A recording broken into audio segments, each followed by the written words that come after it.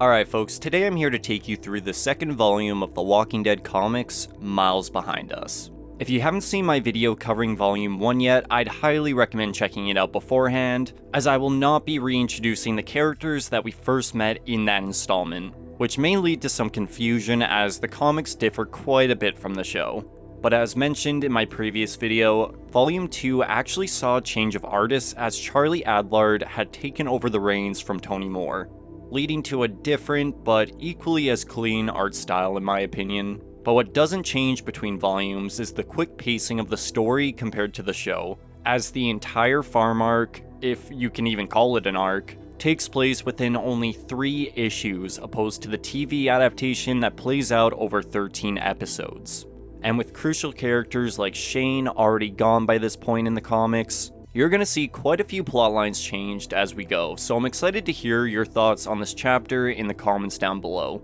And with that, if you end up enjoying this video, please consider hitting that like button, and drop a sub to see more videos like this.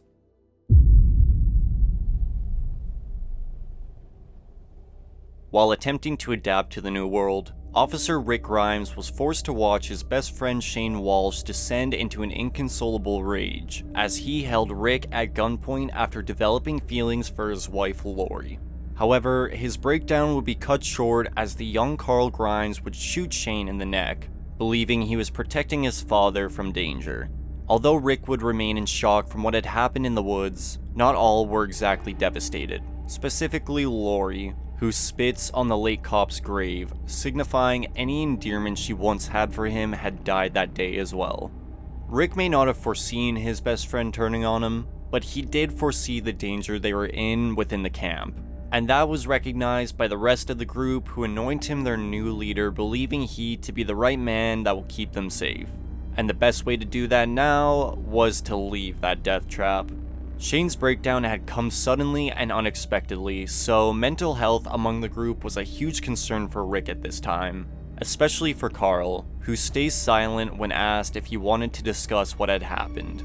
But regardless of his concerns, Rick knew it was time to go, so packing everything up and stuffing themselves into Dale's RV, our survivors leave the camp behind for good in hopes of finding a real sanctuary. But of course, this would prove harder than expected rather quickly as the snow continues to drop while day turns to night. It wouldn't be long before our group encountered their first roadblock, as a variety of cars lie scattering the highway. But while pushing them out of the way, Rick and company would be startled by what initially seems to be walkers closing in from the shadows. However, after shining their lights ahead, they would come face to face with 3 lone survivors searching for sanctuary all the same. This may come as a shock to some of you TV-only viewers, but this is Tyrese, introduced far earlier than his show counterpart, accompanied by his daughter Julie and her boyfriend Chris. Notably, there is no Sasha among them, or in the comics at all for that matter, as she is a TV exclusive character. Tyrese expresses they intend no harm and are simply looking for food, and although our group is low on supplies as is, Rick invites them to stay in their makeshift camp on the highway for the night as he empathizes with Tyrese caring for 2 kids. Keep in mind, our survivors haven't encountered any outside threats at this point, so they are far more willing to lend a charitable hand as of now. The next morning, Rick and Tyrese get to know each other as they swap war stories of their journey so far. It's been a long road for him as well, having already been forced to kill a man attempting to assault Julie. But Rick reassures Tyrese he did what he had to do, as this world changes people quickly and makes you do things you never thought you could. This moment of bonding would be cut short, however, as a pair of roamers began stumbling over their way, giving them a chance to work together and show each other the benefits of camaraderie in the apocalypse. We would later learn Tyrese was an NFL player in the old world, displaying his merit as not only a friend, but a fighter as well. Moving on in the RV after clearing the road, our group, now accompanied by their new friends, make it roughly 20 miles away from Atlanta before running into yet another roadblock, forcing them to stop once again. On the bright side, everyone in the group seems to be getting along as they sit around the fire that night. Everyone except for Lori, who stands alone in the distance.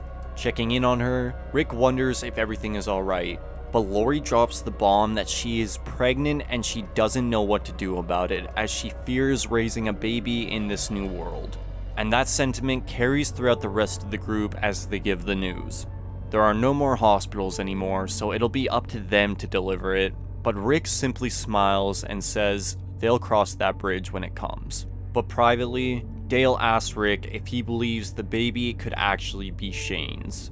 A question that enrages him, as the stress of the situation is enough as is. But knowing he's crossed a line, Dale simply hugs Rick and lets him know everything is gonna be alright. The next morning, our survivors are on the road once again, discovering nothing but burnt out farms along the way. However, their bad luck wouldn't last much longer, as our group would finally find the kind of place they were looking for. A gated community known as Wiltshire Estates that appears to be unoccupied from the outside looking in. This could be the perfect place to start a new life, and besides a few broken windows and a couple lurking roamers, it seems safe. So safe that a few of our survivors utilized the warmth of the house's untouched upstairs to get to know each other a bit better, like Tyrese and Carol, or Andrea and Dale. Didn't see that one coming. But overall, everybody seemed pretty happy here now that they weren't in danger. Except they totally were, as while patrolling the rest of the neighborhood the next morning, Rick would discover a sign that had previously been covered in snow, warning those to stay out as the inside was infested with the dead. And almost immediately after, Donna would be bit directly in the face by a roamer, alerting the rest of the congregated herd to swarm the streets as our group flees, leaving Donna behind to be devoured as her husband Alan breaks down in tears. Now, this is a relatively short scene in the comics, but Wiltshire itself has a bit more history than expected, as the Rise of the Governor novels that take place in the comic universe revealed the Governor himself had visited this place in the early days and even wrote the warning sign as they were chased out by the dead all the same. But regardless of who tried to warn them, they were now down another group member, a loss that would send Alan through a dark path and confuse Ben and Billy, who were too young to fully understand their mother's death. But unfortunately, our survivors were now back to square one out on the road in the RV, and quickly running out of food and fuel, forcing them to stop once again to siphon gas and do a bit of hunting in the woods. Allowing Carl to tag along, Rick and Tyrese discuss the possibility of Alan harming himself, as after Shane, it's hard to predict people's behavior. But getting interrupted by what sounds to be an animal in the woods, the three quiet down and take aim before... Suddenly and shockingly, Carl is shot by a lone hunter named Otis, who mistook him for a deer while out hunting himself. Screaming out in grief, Rick holds Otis at gunpoint and threatens to end his life, but Tyrese alerts Rick Carl is still alive, but barely.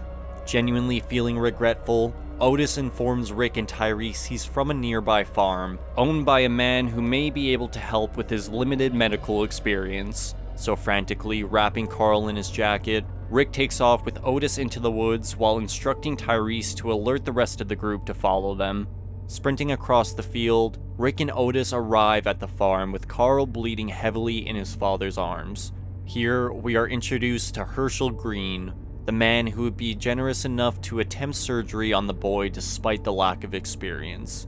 And within a couple hours, the rest of the group along with a frantic Lori would arrive as well, just in time for Herschel to announce that he believes Carl is in stable condition, but still recommends praying for him as he wasn't out of the woods quite yet. They were gonna have to just wait and see how he does in time. Rick is thankful, and charitably, Herschel offers our survivors a place to stay on his fenced-in property while Carl recovers. However, they would more than likely still need to sleep in the RV, as the house had quite a few occupants as is, such as Otis, who we've obviously been introduced to already, but his wife Patricia as well, along with Herschel's 6 children Lacey, Arnold, Maggie, Billy, and twins Rachel and Susie. Notably, there's no Beth among them, as she was a TV exclusive character as well. But despite the amicable joining of groups, not all was exactly well, as some of our survivors were still dealing with different kinds of grief given the unfortunate chain of events that have occurred. Like Otis, who is ashamed of his mistake, and Alan, who is lashing out on those around him while dealing with the loss of his wife. But not all was grim, as by a miracle, Carl would wake up barely a day after his injury, just in time for Sophia to run in and give him a kiss on the cheek. Oh yeah, in case you haven't noticed, Sophia did not go missing in the woods. Instead, she's safe and sound along with the group, which may be surprising for some of you unfamiliar with the story, as her presence alone would shave like 6 episodes off of season 2. But as our survivors prepare for a home-cooked dinner provided by Herschel, Dale takes the opportunity to confront Lori on her infidelity, pleading with her to not tell Rick if the baby is Shane's, as it would break him as a leader, which would be the last thing they need right now. Glenn also finds himself in the dumps as Tyrese and Carol grew closer by the minute. Confiding in Maggie on the balcony, he reveals he liked her despite her being older, and wanted to make a move but was too late.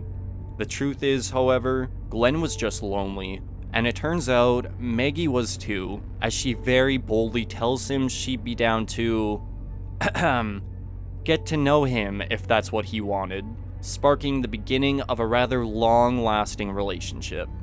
But they aren't the only two sneaking around, as Tyrese confronts Julie and Chris on getting together and risking a pregnancy. But behind his back, Chris tells Julie he's sick of waiting and wants to be with her for eternity. The only thing standing in the way is her father, which she agrees, but states they have to wait until the time is right to do something about it. Clearly, there's some trouble brewing close to home. But despite all the internal drama, this was the best they've had it in weeks, and Rick is sure to thank Herschel for his hospitality profusely. Here, the farmer reiterates they are welcome to stay on his property and enjoy their food for as long as they need, but again, would need to sleep in the RV due to a lack of space. Rick wonders if they could use the barn instead, but Herschel tells him he wouldn't want to do that, as that's where they store their roamers. Yeah, he just blatantly tells them in the comics rather than it being a secret in the show. Rick is extremely alarmed by this news and tells him they are dangerous and should be put down, which enrages Herschel, who believes there could still be some sense of the person inside. Rick argues that they need to clear it now for everyone's safety, but Herschel refuses, firmly stating he won't do it because his son Sean was inside. He got bit and turned, and not knowing what to do, he put him in the barn as he wouldn't stop trying to attack them, and over time, they kinda just kept doing it. Deep down, Herschel knew they were dead, but that 1% chance they could be healed had been enough for him to hoard whoever they came across. But he's still holding on to that months later despite watching the flesh fall from their faces, completely shutting down when confronted with the truth. Fun fact, we actually see Sean's death in Telltale's The Walking Dead Season 1, as Lee and Clementine briefly take refuge on the farm during the initial fall of society, but are forced to leave rather early on as a direct consequence of his death. After a rough night with Alan struggling through his thoughts of self-harm, Rick would approach Herschel the next morning with a peace offering of guns they were able to spare that he graciously accepts while approving a round of gun training for the group on his property. However, once starting, he would angrily interrupt to scold our survivors for firing at his sick neighbors' houses. Although Rick is apologetic, they are interrupted by a lone roamer, which Herschel demands they refrain from shooting. Instead, he attempts to lead it to the barn like the others, but as most could have predicted, the dead would bust the door open when unlocked, leading to chaos, as while attempting to rescue his father, Arnold would be bit on the neck by his reanimated brother Sean, while Lacey is ripped apart while trying to help all the same. With no other choice, our group would come together to put the roamers down, and while staring at his now 3 dead children, Herschel raises the gun to his head, but is stopped by Rick, forcing him to confront the consequences of his actions as Sean, Lacey, and Arnold are buried, only mustering up the strength to tell Rick he was right during the funeral. And although the tragedy was over and done, the drama within the group was not, as Chris and Julie manipulate Tyrese into letting them keep their guns from training, discussing how whatever they have planned will be much easier now as they watch the unaware father from the shadows. Meanwhile, amidst grieving his children, Herschel would catch Glenn and Maggie getting to know each other barely 24 hours after putting Lacey, Sean, and Arnold in the ground, but goes silent when Maggie proclaims she and Glenn were in love and nothing was going to stop them, putting Herschel in a rather bitter mood for when Rick asks to move into the house rather than the barn now that they have the space, a request he would outright refuse. Angrily, Lori would confront Herschel after hearing the denial, sparking a rage in the farmer as he now believed he had already given them enough and has nothing but 2 more dead children for it. And after pressing him even harder, Herschel would nearly hit Lori during their argument, screaming he doesn't owe them shit. But our survivors weren't backing down, pushing Herschel to his breaking point before raising a gun to Rick's head, demanding they leave his property now. Knowing this could get ugly with Carl preparing to defend his father like once before, Rick would concede, packing up Dale's RV as the struggling Herschel cowers alone, believing himself to be losing his mind. But not all were ready to leave, as Glenn informs the group he was going to stay as he had found something worth fighting for despite Herschel's resistance. So saying goodbye for what could be the last time, our survivors set off away from the farm, leaving Glenn and the Greens behind just as they wanted. But after a couple days of aimlessly driving, our group would come to the realization this way of life wasn't going to work for much longer, as there was nearly no food left over at the places they scavenged. They were so hungry that Andrea would even joke about gnawing a piece off Dale. But you see, their luck was about to turn, as while out scouting, the two would come across something that was about to change everything. A prison with 3 layers of fencing all the way around the perimeter. Overrun, but definitely takeable. Looking over the fortress, Rick would simply smile, declaring this place was perfect, and they were home. And that, folks, is The Walking Dead Volume 2 Story Explained. Now, like I said, this version of the story is quite a bit different than the show. It's much shorter, doesn't feature the Randall subplot, doesn't have the search for Sophia, doesn't have Shane causing drama, and doesn't see a herd render it uninhabitable. But I think the biggest change we see is Herschel's personality. At first, he comes across as charitable and kind, but whereas those aspects of his character expand over time and turn him into the group's moral compass in the show, the comic sees him descend into depression, and emphasizes the negative aspects of his character as he nearly strikes Lori and raises a gun to Rick's head. Part of this, of course, is due to him grieving the deaths of his children, but the show version of his character experiences loss as well, and never even comes close to acting this erratic. However, I think the early introduction of Tyrese works really well, as he serves to fill in that right-hand man void left behind without Shane or Daryl in the story. And I think the shady nature around Chris and Julie serves as a good hook to make you care for Tyrese and his safety during his short time in the group so far. But overall, I think the show version of the story is better written, but does drag on over time, whereas the comic feels like it has parts missing. But despite the goodbye scene in issue 12, this won't be the last time we see the Green family, so maybe they'll be expanded on a bit more in the volumes to come. I guess we'll just have to wait and see for when I make a video on the 3rd installment, Safety Behind Bars. But that's gonna do it for me today, folks. If you enjoyed this video, I'd really appreciate it if you hit that like button. Thanks so much for watching.